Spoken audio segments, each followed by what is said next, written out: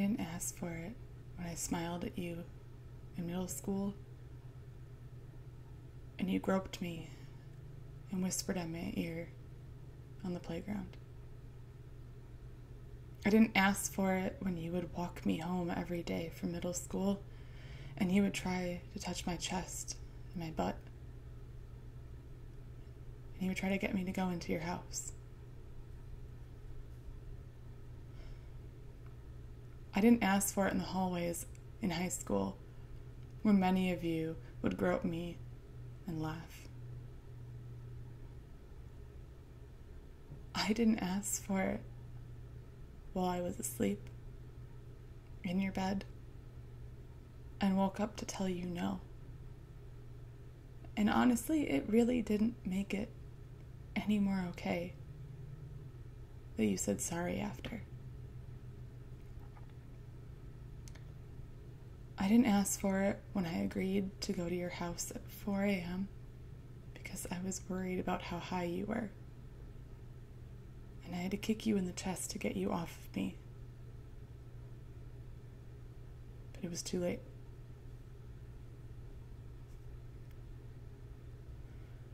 I didn't ask for it when I went to your house to hang out.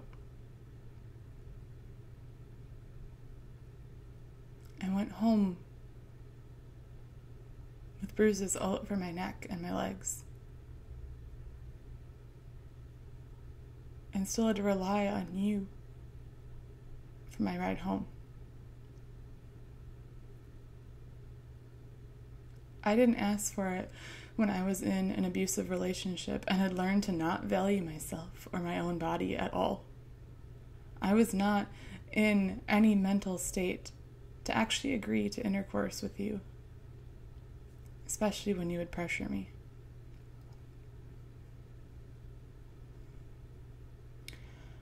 I didn't ask for it whenever that time was.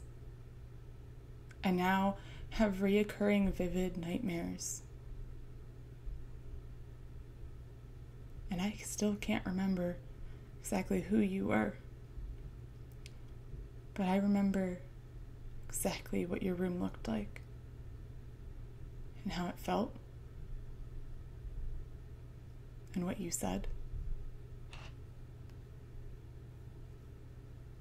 I didn't and I don't deserve a life of sexual assault and rape. And nobody else does either. I shouldn't have been made to feel like I couldn't label this as what it was or share it until the age of 26. It should be about 14 years after the first one I listed for you. I don't deserve to live with the scars, both mentally and physically, the bad dreams, the triggers, that all came from your choices, not mine. Nobody deserves to live that way. Now,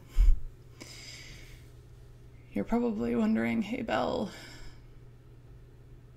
outside of the normal, hey, I'm human, I should care about this, why are you sharing this with me? Why are you sharing this with a bunch of gamers? Because gamers, we hold a lot of power. And the world that we close ourselves off into, the gaming world,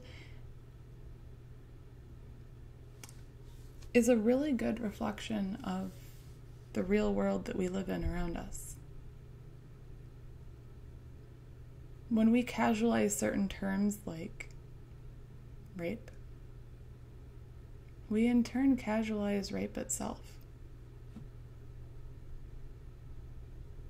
So when you're in a fire team and you or somebody you're playing with says something like, wow, we really raped those enemies.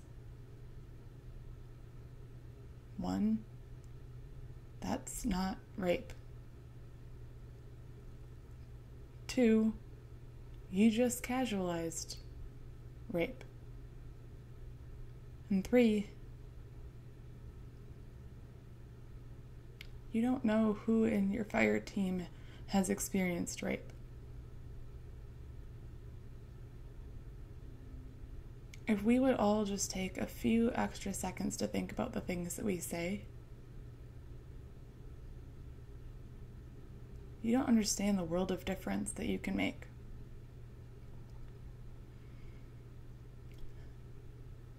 Words hold a lot of power, both good and bad.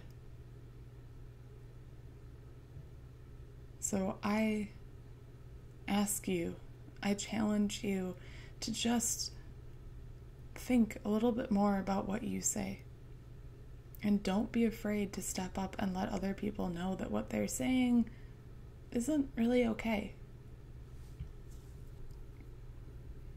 You may also be wondering why I decided to share details with you. And honestly, I have 2 answers for that. One is for me. It helps me process because I spent half of my life not calling what happened to me what it really was. Because I didn't share before. And this helps me. Helps me to say, hey, this is what happened. And it wasn't okay. And secondly, to hopefully maybe catch even just one person out there who either has experienced rape or sexual assault themselves.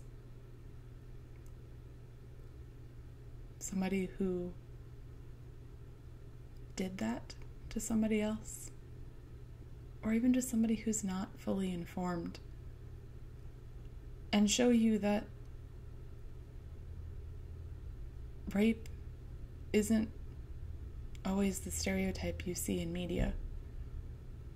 Rape isn't always a stranger in a back alley. Rape isn't always forceful.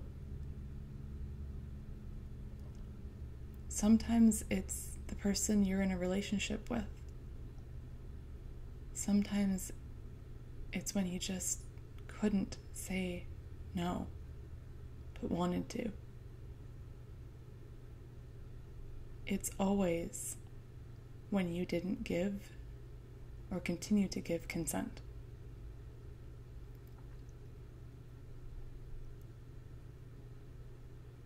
Some statistics say that 1 in 4 women will have experienced some form of sexual assault. A lot of that occurs on campuses.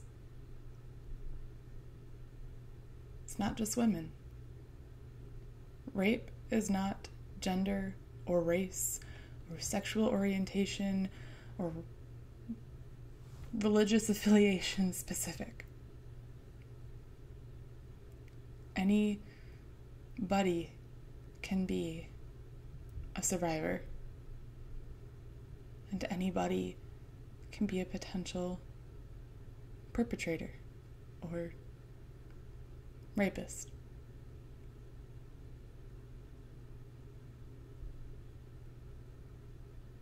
Everybody's affected by it. You would be amazed the number of people that you know who have been or will be. It's up to us to change that. So, I've decided to speak out. And I want you to know that you can too.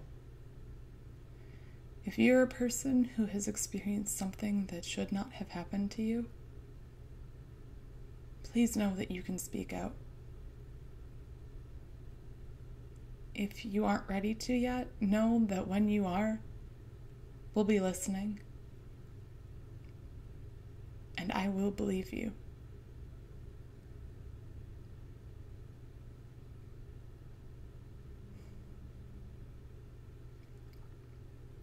I want to thank the community for the amount of support that I have received since speaking out about my rapes, sexual assaults. It's meant a lot to me, but sadly not everybody gets that kind of response. I tried to let some of the earliest people know that what they were doing to me wasn't okay. They brushed it off and told me that I should just accept it as good attention. But they didn't really mean it that way. Or that they knew I wanted it. A lot of them were people that I trusted. People I cared about. And these honestly aren't the only experiences that I've had. But these are the ones that I have allowed myself to finally say, this is what this was. It's going to be an ongoing journey for me, and it is for anybody who's experienced it. And the biggest thing that they need to know, that I need to know, is that we're not alone. And you are not victims, you are survivors. And I love you. If you are a parent, I beg of you to teach your children to be the absolute best people they can be. When you see something that's not okay, speak up, step in. Don't let it happen.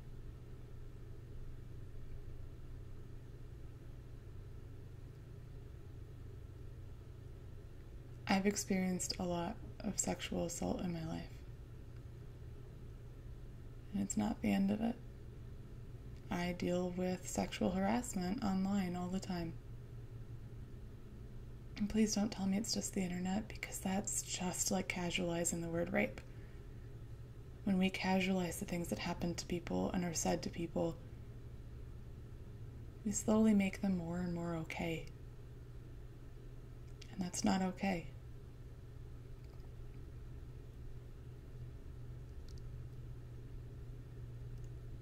I want to thank you if you made it this far in this video. And I apologize if it was triggering for some of you. But I'm not done speaking out about this, and I'm not done speaking out about mental health. I'm also not done speaking about video games, I promise. But this is a video, this is a story that I have needed to share for a really long time. And I really appreciate that you have allowed me to do that. And you have helped me get to a point in my life where I can.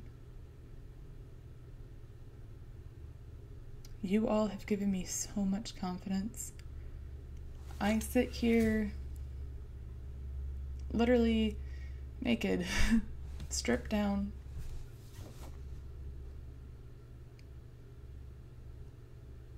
And I'm still not asking for it. But I feel confident. I feel good, despite what's happened. And a huge part of that is thanks to all of you out there. You may never understand how much you've done for me. How many times you have saved me. How much of a difference you have made and will continue to make, not just for me, but for all the people around you. Never forget that. So, that's my story right now. Thank you for listening. Please keep listening, not just to me, but to all the survivors in the world.